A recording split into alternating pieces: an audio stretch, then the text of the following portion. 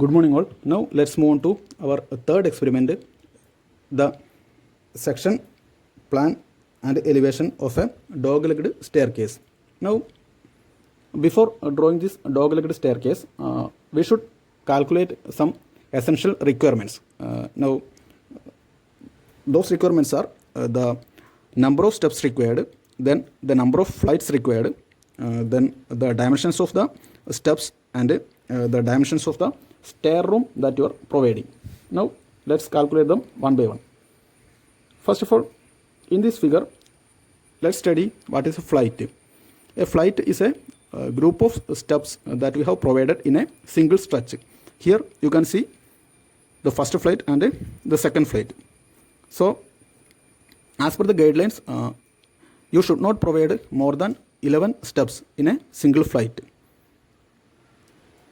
After that, here you can see the two flights are opposite in direction and it is one above the other. So it resembles the shape of a leg of a dog. So we are calling it as a dog-legged staircase. Now let's see what is a stair room. It is the stair room which is provided for installing the staircase in plan view.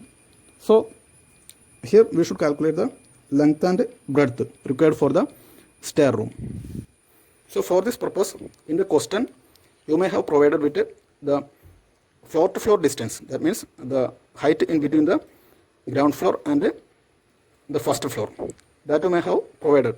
So let it be some 3 meters. Now let's calculate the requirements. Let it be the floor to floor distance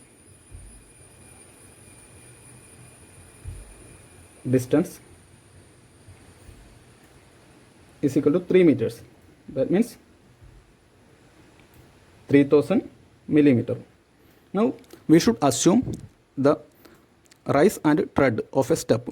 Now let's see what is the rise and what is the tread. This dimension is known as the rise. That means the vertical height of a single step. Now the horizontal distance that we are providing in a single step is known as the tread. So generally we are assuming some 15 centimeter as the rise and some 30 centimeter as the tread. Here you should remember that a tread should be at least of the length of a human foot. Then only you can place your foot on the step comfortably. Now after that, by assuming the rise is equal to 15 centimeter, you can calculate the number of rises required. How to calculate it? Just divide the 3000 millimeter by 150 millimeter. Okay, now it will be 20. So we should provide 20 number of steps altogether. Now we should distribute the number of steps in between these two flights. Here in a single flight you can provide a maximum of 11 flights. So here you can provide 10 flights and here also you can provide the remaining 10 steps. Now in between these two flights you should provide a landing. The width of the landing should be equal to the width of the that means within this direction of the single steps. Now in view of this you can find out the dimensions of the stair room also.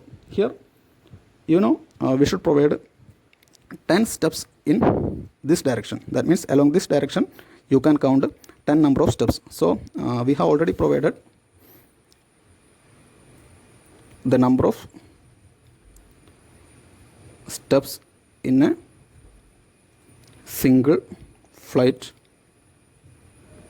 as 10. So here what will be this much length? Here it will be the sum of the tread of 10 number of steps. That means 10 into 30 centimeter. That means 3 meter. So up to this much length, it should be of 3 meter. Now this width, that means the width of the landing should be equal to the width of the individual steps. So let's assume it as 1 meter. So here if you are providing 1 meter, here also you should provide 1 meter. So this 3 meter plus this 1 meter, it will make 4 meter. That means the length of the stair room will be of 4 meter. Now we can directly calculate the width of the stair room, because here we have provided 1 meter step. Here also the step will be of 1 meter width. So total it will be some 2 meter. So in between the handrails, here you can see this is the handrail that you are provided. So in between these two handrails, that means in between the handrail of the first flight and second flight, you can provide some gap. This gap you can either provide or you cannot provide. That's your choice. So if you are providing this gap, then you should find room for this gap also. So you can add this gap also. Then you can decide the width of the staircase.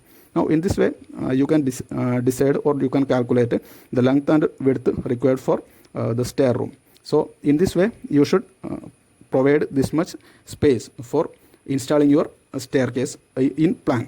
Now let's discuss how now in this plan you should remember one more thing, why we have provided this arrow mark. This arrow mark represents we are walking along this direction and reaching from the ground floor step by step to the top floor. So here these steps represents the steps, those are starting from the ground floor, and in this way after walking all these steps we will reach in this space, and this space represents this space, that means the space in the first floor. So you may know why we have provided some of these lines dotted and some of these lines bold.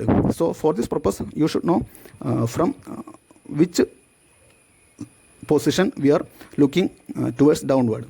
Here we are looking downward by cutting the building in the sill level. Now the sill level means the level of the bottom portion of the window. That I have not discussed while we are discussing the window. So here you should remember that the window consists of different levels. It is the top level of the window. Here the top level is provided with the lintels, and the bottom level of the window, or this level, is known as the sill level.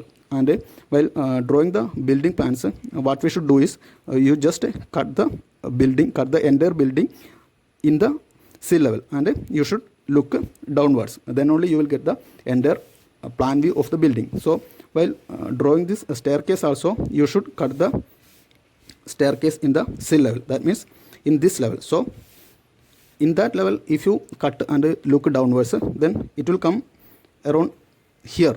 Okay, so if you are providing a window in this building, then that window will appear here, that you know.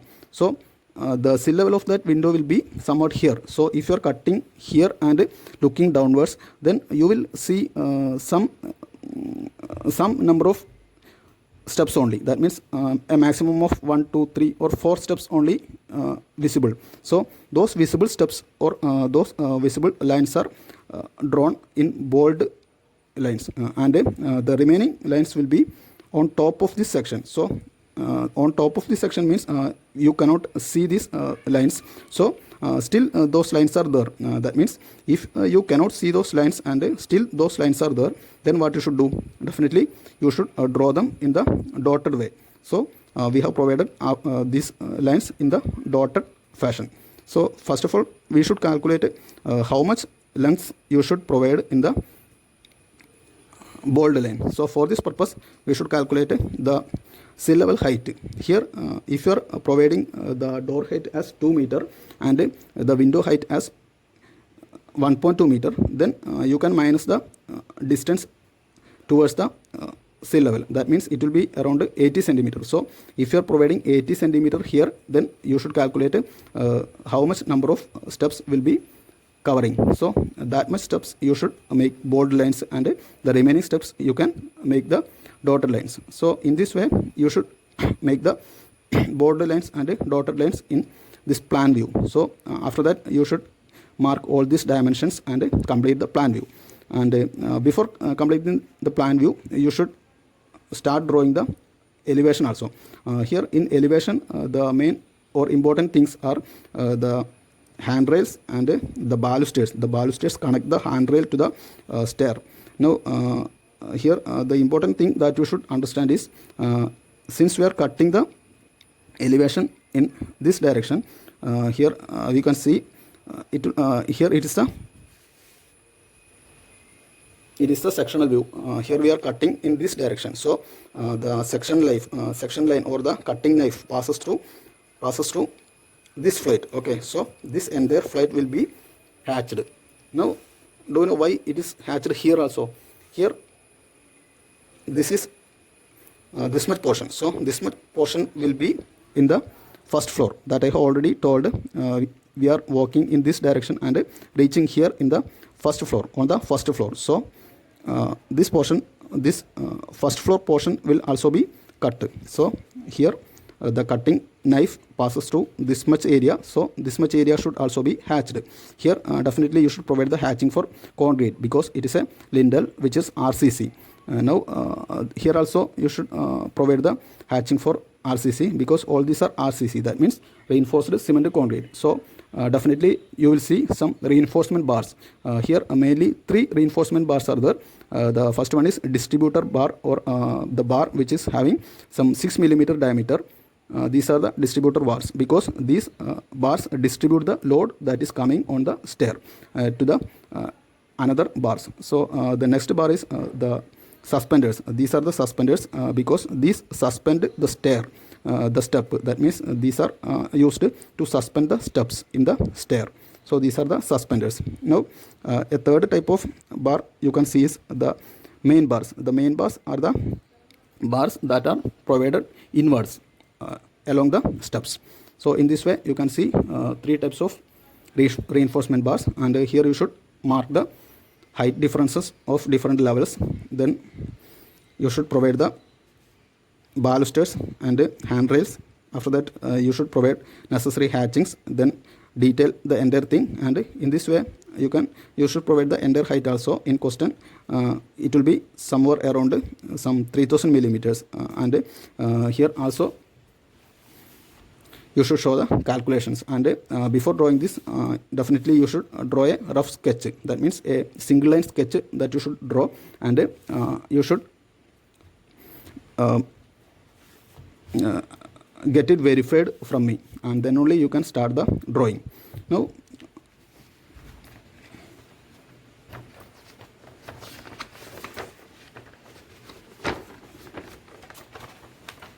definitely here also we should draw the enlarged view to incorporate some extra specifications. Here it is the enlarged view of a single step. Here I have already told you it is the rise and it is the tread. Here you can label the dimensions of the height, dimensions of the tread and rise, and in some positions they may have project this flooring outwards, and those are known as nosings. Nosings you can provide or not provide, that's your choice, and you can clearly write the different reinforcement details, and you should provide the hatching also. So in this way you should make the enlarged view of a single step. Here you can mark it as B, and you can show the enlarged view B here. So in this way you should complete the elevation and plan of a dog-legged staircase, and its enlarged view also you can show. So that's all about the experiment 3. Thank you.